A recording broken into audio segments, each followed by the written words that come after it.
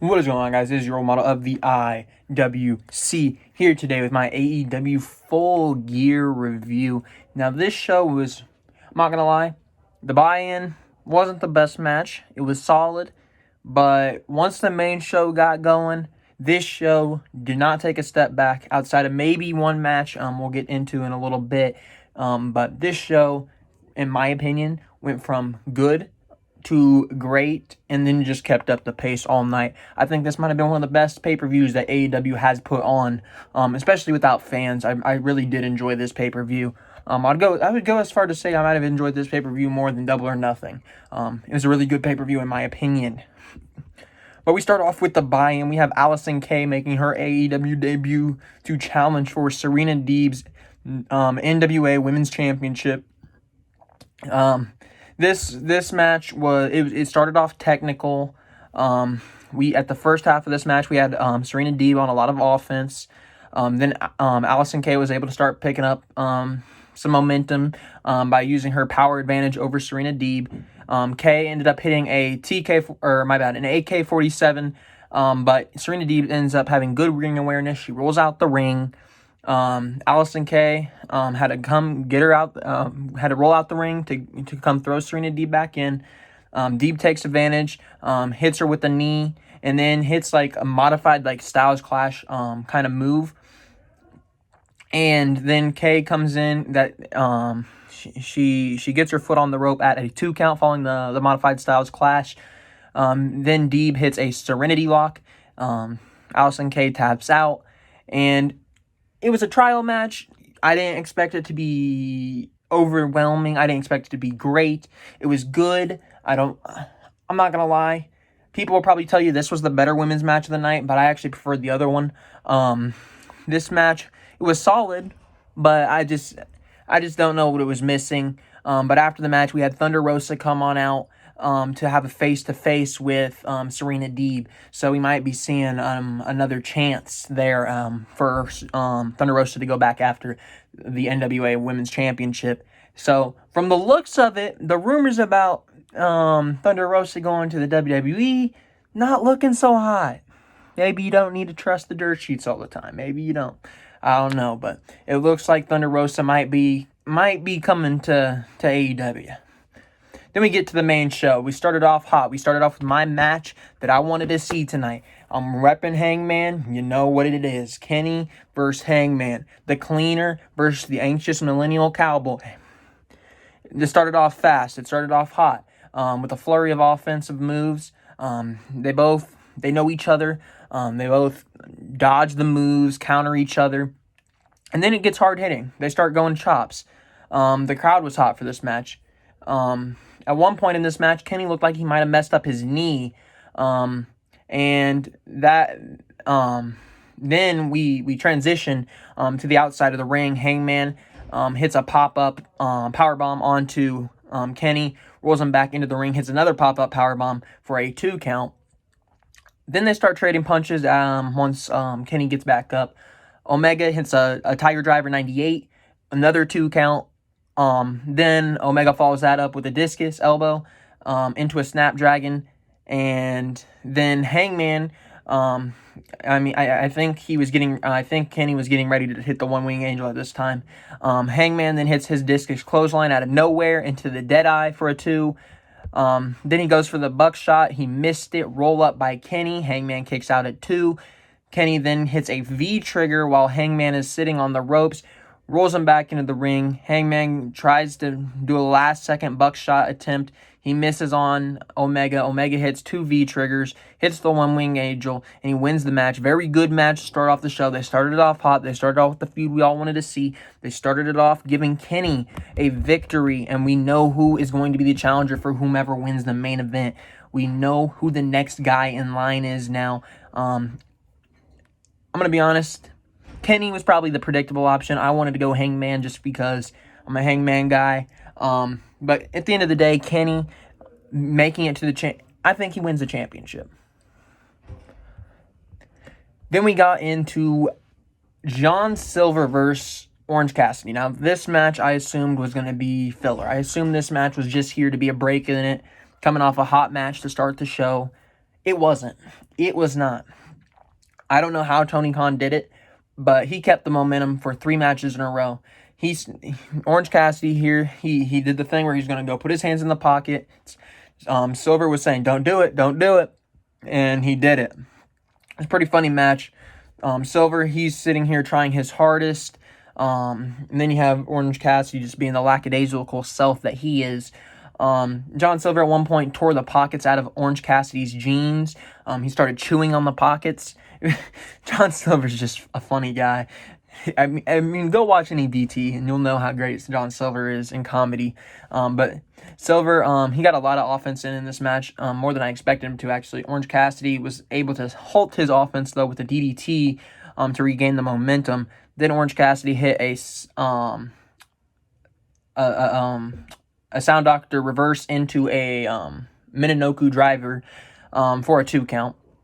Then Orange Cassidy went for a Stun Dog Millionaire. He didn't get it. Silver then hits the Spin Doctor for a 2 count. Silver tries to go into a discus clothesline. Orange Cassidy dodges it, hits him with the Superman punch, hits him with a beach breaker, picks up the win. This match was supposed to be the calm down after a great match. And at first, it felt like it. It started off a little slow. It started off with comedy. I was starting to get the vibe that this ain't going to be that great of a match, but it turned out to be really good. Props to both those guys. They're put in a hard spot to follow 2 guys that put on a very good match. It's usually a really hard thing to follow when you're going up against a match that could be 4.5 to 4.75 stars. It was a really good match ahead of them, so it speaks a lot to how good this match is. When it didn't kill the vibes, it actually kind of brought the vibes back, or just kept the vibes at where it was at. Next, we have Darby Allin versus Cody Rhodes. Yes, Cody Rhodes. They said it, and the place popped. The place was chanting Cody Rhodes for the TNT Championship. Darby, he enters with a car, has half his face painted on it. He has a skateboard saying that he's going to be the face of the TNT. He smashes it against the windshield, leaves it sitting there. Cody comes on down. He's ready to fight.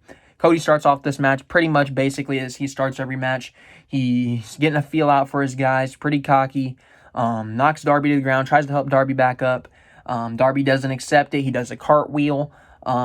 Then he knocked Darby down again, offered Darby a hand yet again. Darby accepted it, but he reversed the help into being able to gain momentum, throws him to the outside, hits a tope suicida onto the outside.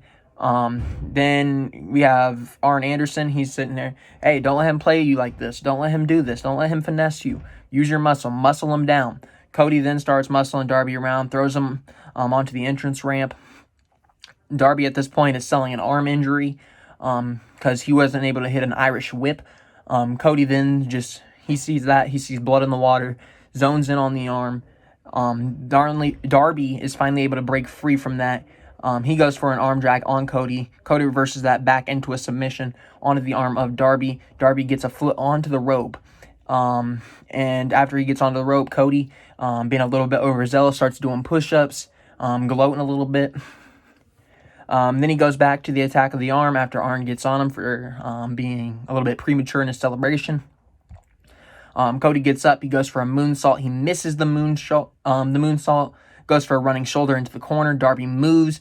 Then he hits a Yoshitari and gets a 2 count onto Cody. Cody goes to he goes to try to hit the crossroads onto Darby. Darby's able to get out of the corner. He goes for a roll up, only a 2 count. Cody then hits a avalanche crossroads off the top rope for a 2 count. Darby's able to kick out here. Actually, he didn't kick out. He had his arm under the rope. Cody goes back up again. Darby stops him, hops on his back. Cody, guy on the back, he just falls backwards with him on his back. That leads to Cody hitting a flurry of cross bodies.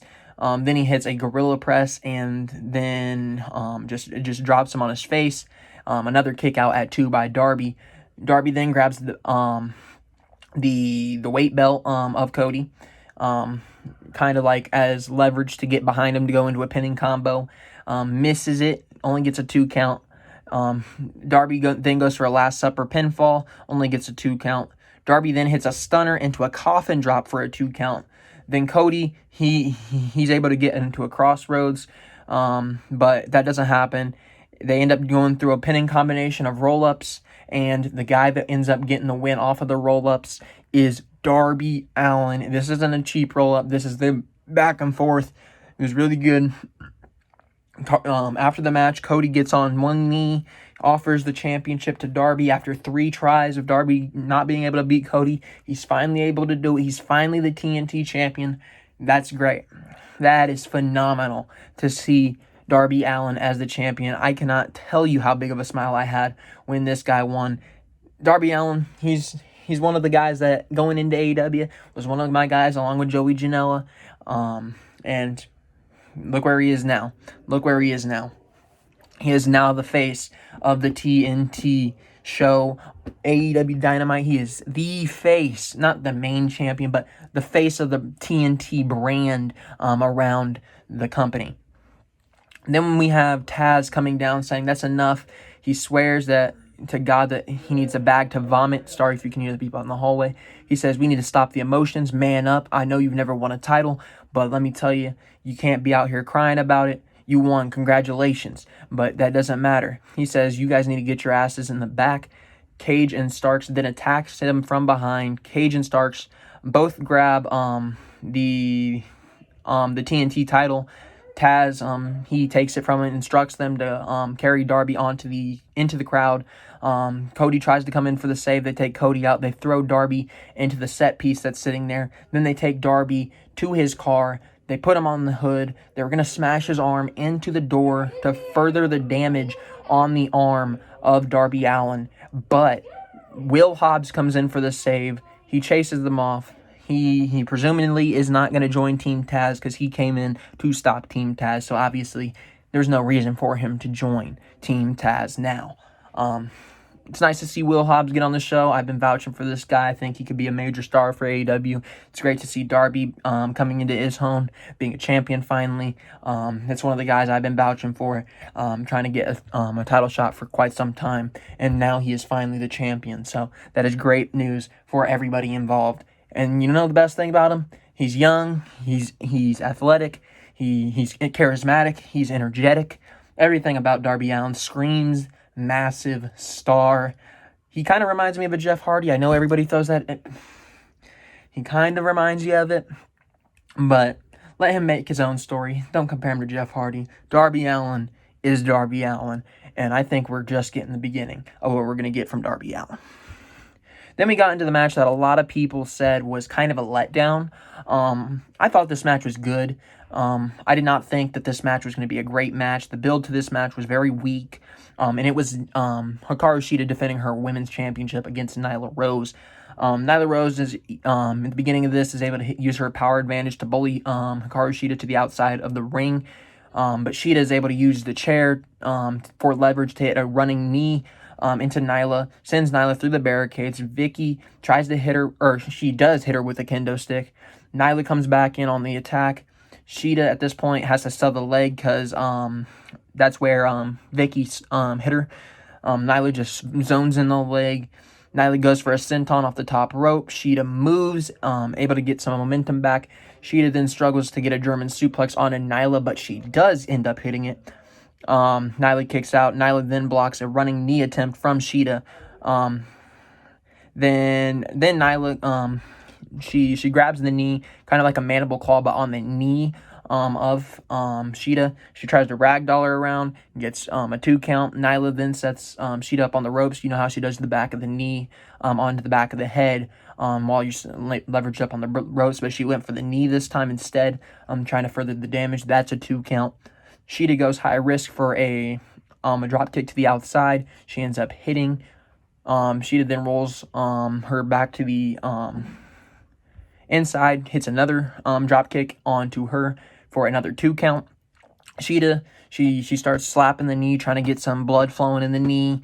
Nyla, by the time she's done waking up her knee, hits a clothesline and a powerbomb, then flips Shida. She flips Shida off and hits a running knee. Shida, she kicks out at 1.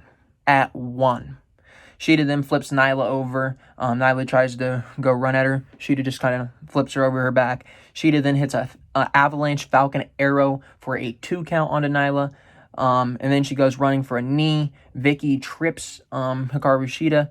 Nyla then pushes Shida out the ring. Vicky tries to use the kendo stick again. Aubrey Edwards this time sees it, grabs it. Shida pushes Nyla into Vicky, throws Nyla into the barricade, back into the ring, hits a Falcon Arrow for another 2 count. Then she hits a running knee for another 2 count. And then she sits there, grabs Nyla's head, and just keeps ramming her knee in it for 4 times. Hit her in the head 4 times with the knee. Ends up winning. Very good. I thought it was a very solid match. People didn't like it. I'm going to assume that's because of the build. I thought the match was really solid. I think this is one of the better women's matches they put on. But a lot of people weren't really into it. I can understand because the build to it wasn't that impressive. I can understand why you might be not invested in this match. But you can't argue that they put on a solid in-ring product in that match. Then after the match, we get Vicky yelling at Nyla. She slaps Nyla, walks away. I don't know. Something was missing about it. I think it was the build. I don't think it was the in-ring product. Some people might have not liked the match. I think it's the build, but who knows? Who knows? I've been wrong before. Then we got the Young Bucks versus the FTR for the AEW Tag Team Championships. This was a very technical match, as you would expect. We had Dax Harwood early in the match. He got a cut on his hands, which the Young Bucks were exploiting. They're obviously trying to focus that, trying to get Harwood out of the match. Obviously, Matt came into the match with an ankle issue, so he was a little slow. It was visible there. He was limping around. We see isolated wrestling at its best, 2-on-1s, old school tag team wrestling with the revival, what FTR is known for. FTR was able to make sure to isolate Matt for most of this match to be able to exploit his ankle injury, so they could just pick him apart, finish him off. Matt, he misses an inside cradle. Cash then goes for a double axe handle onto Matt, moves. Cash ends up hitting the barricade. Then we have Harwood. He gets tagged in. And he prevents the Matt Jackson tag in to Nick. And there's a roll-up attempt, which Cash Wheeler is able to stop. Wheeler goes flying to the outside. Matt hits a DDT to gain back some hope for the Young Bucks. Nick then gets in and takes out both FTR guys. He misses a moonsault to Harwood. Cash then comes in outside the ring and hits a bulldog clothesline combo onto the FTR guys. Then Nick rolls Cash back in. He goes high risk with a crossbody. Cash Wheeler, he catches them, rolls through it, tags Dax afterwards. They go for a heart attack. They take Nick to the corner. Nick is able to escape. He hits a super kick on Dax, and then he misdirects Cash into a spear by Matt Jackson for a 2 count. Matt Jackson he's looking for a buckle bomb at this point, but his knee gives out on him. Cash then has Matt. He goes for a bulldog off the top rope to Matt. And Cash then hits a spear onto Nick as that was going down. So they get a 2 count on Matt in the ring. They take Nick Jackson out the ring. Nick then starts super kicking everyone. The Bucks hit a 3D, yes, the Dudley Boys 3D, and also a twist of fate to try to win this match. Only a 2 count. Cash Wheeler then sweeps Matt's ankles as they were going to try to hit the super kick. Dax hits a powerbomb. Matt was the legal man. They don't know that. The FTR guys don't know that. He tries to go for a cheap roll-up, 2 count. Then we get Dax with a huge clothesline onto Matt. He tags in Cash. Then they go after a DIY knee combo. So this match was amazing. It had a bunch of tributes. It had the Hart Family Foundation tributed, the Hardy Boys, 3D, DIY. It was amazing. We had Matt hit a catapult into the kick by Nick Jackson. Then Nick jumps onto Cash on the outside. Matt goes for a sharpshooter. Dax grabs the rope. Nick then super kicks his hand off the rope. Cash tries to help him grab it, but then they both get put in sharpshooters. Now Matt and Nick are kind of like sharpshooting them both while they're both trying to get to each other. But eventually Matt's knee gave away, and Nick has to come in. He hits a knee strike onto Dax, then stomps on the hand of Dax, and does the Pete Dunne breaking of the fingers, where he rips the hand. They hit the BTE trigger for a 2 count, with Cash diving in, darting in to stop it. Nick hits an Escalera onto the outside onto Cash. Matt brings in a chair, and Dax is sitting there begging him to use it, saying, you know what, do it, you're going to lose. Nick sits there, begs him to do it. They basically fake the whole thing, and he goes to fake like he's going to hit him in the head.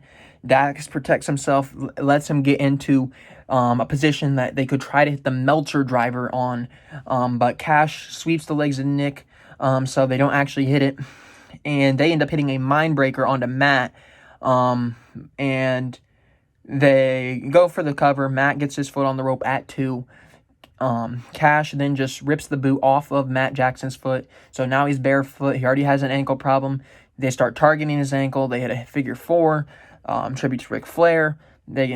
Cash tries to stop Nick from breaking it up. Nick dodges that attempt, hits a spear, and then hits a 450. Matt covers for only 2 count. Cash then hits a super kick onto Nick, then drags Dax to the corner to tag in. Cash throws up the Too Sweet symbol, hits a super kick. Cash goes to the outside, trying to hit a springboard 450. He misses. Nick Jackson hits a super kick, and the Young Bucks are finally your AEW Tag Team Champions. What a match. A hell of a match. Phenomenal. We had Kenny Omega come down to celebrate. Adam Hangman Page looked like he was coming down to celebrate. He sees Kenny in the ring, kind of just lingers around in the entranceway with a beer in his hands. He was going to come celebrate, but he's just like, you know what? I can't do it with this clown out here. But what a match it was from the Young Bucks and FTR. Overrated much? Yeah, kiss my ass. Young Bucks ain't overrated, bitch. Next, we got the cinematic elite deletion between Hardy and Guevara. We got Sammy pulling up in a golf cart, the golf cart red Spanish God. He's greeted by Nia 1, which obviously is the Matt hologram. Then we cut away from the hologram. Sammy's cart can't drive anymore. You see a monster truck. The monster truck runs over the golf cart, and Matt Hardy's sitting there. That was orgasmic. So he goes to look up at the remains of Sammy. Sammy ends up sneaking behind him with a trash can, hits him with it, goes on top of the truck, hits a moonsault. Hardy throws Sammy into trees. They fight into the front lawn. Sammy tries to push Hardy into the fountain. Hardy is able to grab some sort of like sledgehammer looking thing. Then we finally get towards the ring that is in the backyard of Matt Hardy's house or compound. Hardy hits a side effect for a 2 count. Hardy then grabs the table. Matt puts Sammy through the table, but that's when Ortiz and Santana show up. And now it's a 2-on-1 assault. Private Party's nearby. They get a walkie-talkie call. Matt Hardy able to use his intergalactic spirits or whatever to tell him. So at this point, they're coming over. Private Party pulls up after Sammy hits a twist of fate onto Matt. Private Party throws Sammy off of the ring, or off the ropes, and starts attacking Santana and Ortiz. Matt is outside the ring. He grabs a firework, starts running away from the ring. Matt starts shooting fireworks back towards the ring. At this point, everybody's ducking in the ring. Sammy, he grabs fireworks. They start shooting them at each other. Matt runs straight at Sammy with the fireworks, just shooting at him. And where's my spot? They're shooting back and forth. He charges right at him. They go towards the Lake of Reincarnation. Then they finally get there. He shoots fireworks. Sammy's tripping. He falls into the mud at the Lake of Reincarnation. He's saying, it's over, it's over. Then he has Gangrel pull up with Hurricane Helms hostage to stop Matt. He says, you know what, I've trained with both of you, and I prefer Sammy any day. If you don't stop this, I'm going to get rid of Hurricane. Hardy then helps Hurricane. He gets him out of the little, I guess, the handcuff type things. I don't fucking know. But he helps him. And at this point, we just got Gangrel back, and it kind of turns around for Sammy. Gangrel sat there. He asked him, "Hey, why are you doing this?" He said, "I had to come here for long-term storytelling. I had to join AEW to finish this." Sammy then throws Hurricane Helms into the lake. Then he blocks a twist of fate and kicks Matt Hardy. Helms then comes back with a new gimmick, asking if this rivalry is cursed or if it's just Sammy Guevara is not that great. But then we're back to the ring. Now we have Gangrel in the ring fighting with Proud and Powerful, alongside Proud and Powerful for against Private Party and Hurricane Helms. Matt fighting Sammy on the outside. Sammy has the hammer now, trying to chase Matt into the darkness. Then we're in the ring. We see Helms and Private Party getting beaten down. And then we have the Inner Circle and Gangrel. They're all marching towards where Sammy and Matt went off to. They finally get there. Sammy Guevara stumbles into the garage. Matt Hardy says, Skarsgård. The boat falls down. The dilapidated boat falls down. The garage shuts, and now they're locked in there together. Sammy starts ripping off the turnbuckles once he gets in there. He starts hitting Matt with the turnbuckle part. Sammy then starts to choke Matt with the ring ropes. Matt kind of zoned out for a moment. Sammy places him on the table, climbs to the top of the ladder, towards the top of the building. He says, delete, hits a swanton bomb. Shout out to Jeff Hardy for a 2 count. Matt Hardy then after that hits a twist of fate. Hardy hits a spear onto Sammy, onto a table, onto the outside, where there is blood coming from the back of Sammy's head and his mouth.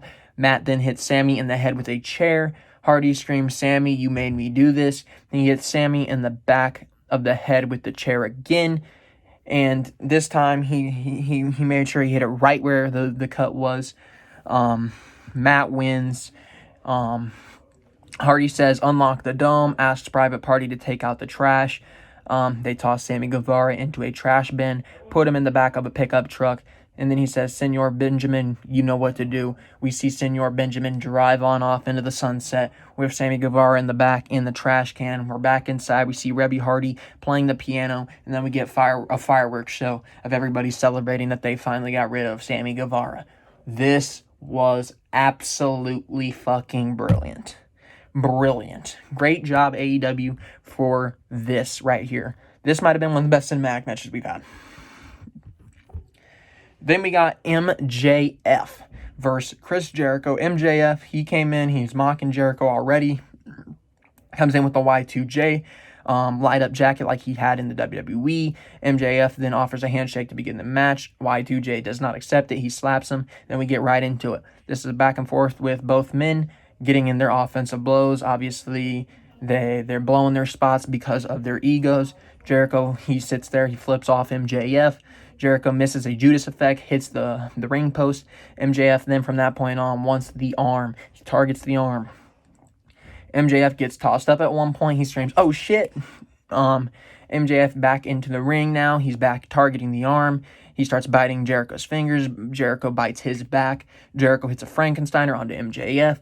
MJF then goes to the top rope, hits a double stomp onto the arm of Jericho, twists it, throws him into the corner, targeting the arm once again. MJF then shoves Jericho's face, saying, wait. He says, what more do you got, bitch? What more do you got? Then they exchange forearm blows. Jericho, he then hits chops onto MJF, grounds him. At this point, Jericho goes for the Judas effect. MJF counters it, catches the arm, goes back towards the arm, trying to work on it. Jericho hits the walls of Jericho in. MJF gets a rope break. MJF lures Jericho to towards the outside, where he tries to hit a heat seeker, but he ends up hitting a code breaker into a heat seeker, for a very weak kick out. MJF then catches again the Judas effect, back into the Start of the Earth armbar. Jericho grabs the rope. MJF signals for Wardlow to come on down after the rope break. Gives him the Dynamite Diamond ring. He's going to use it. Ref Aubrey Edwards is focused on Wardlow. But at this point, Hager tosses in the bat for Jericho. And MJF pulling out his inner Eddie Guerrero, flops down as Aubrey Edwards turned around. She thinks that Jericho might have used the bat. She's sitting there questioning Jericho. Jericho's like, I didn't do anything. Roll up pin. MJF wins. Fucking brilliant. MJF won with the old Eddie tactic, and now MJF is in the inner circle. Very good ending. MJF offers the handshake at the end. Chris Jericho pulls him in for a hug. They all start celebrating together. He said, welcome, MJF, welcome, Wardlow, to the inner circle. And at this point, we're just celebrating. We had Wardlow and Jake Hager look at each other, and they had a very interesting interaction. They were like laughing with each other. We might get that down the line. But then we got Revolution announced for February 27th, and then we got into the main event, Eddie Kingston versus Jon Moxley for the AEW World Championship. I didn't take many notes on this. I wasn't going to take notes on this. This match was an absolute barn burner. This match was amazing. If you would picture an I Quit match between Eddie Kingston and Jon Moxley, that's exactly what you got. You got blood, you got guts, you got brutality, you got everything. You got everything. We had chairs, barbed wire bats, blood. Eddie Kingston was coughing up blood. Kingston wrapped his hand in barbed wire. Psychotic laughing from Eddie Kingston. Thumbtacks. He threw thumbtacks into the head. He poured rubbing alcohol onto the open wounds of Jon Moxley. He kicked Jon Moxley in the nuts. And the barbed wire, bulldog, he grabs barbed wire, wraps it around his arm, hits a bulldog choke in. That is what won Jon Moxley the match. Eddie stumbles away as Mox is celebrating in the ring. Then we have Kenny come out while Mox is finishing up his celebration. They have a face-to-face. Basically, Kenny's like, this time it's one-on-one. There's no gimmicks attached. I'm going to beat you in the middle of that ring. He goes off his way, and the show ends with Moxley celebrating his victory. Very good show, if you ask me. Very, very good show from AEW. But we're not done yet. We got a little bit more. I actually did get the PWT. I got a shirt, but I also got a what's it called? A surprise shirt. I know this shirt, I can tell you, is Dinner Debonair. So I wanted to order this shirt. I might wear that in a future video. I'm not sure yet which video that might be. But this is what this part of the podcast is for. Ooh, I like it a lot. Oh my gosh. We got the honky tonk, man. I like that. That's I could rock that shirt around. I could rock that shirt. I could like that. Alright. You guys know where to follow me on Twitter at GamersGoonYT, on Instagram at thegoongameryt. Make sure you guys like, subscribe, do whatever you need to do. Let me know what you thought of the show tonight. And I will be seeing you guys later this week for my NFL predictions. But for right now, it's been your role model of the IWC, and I'll be seeing you guys next time.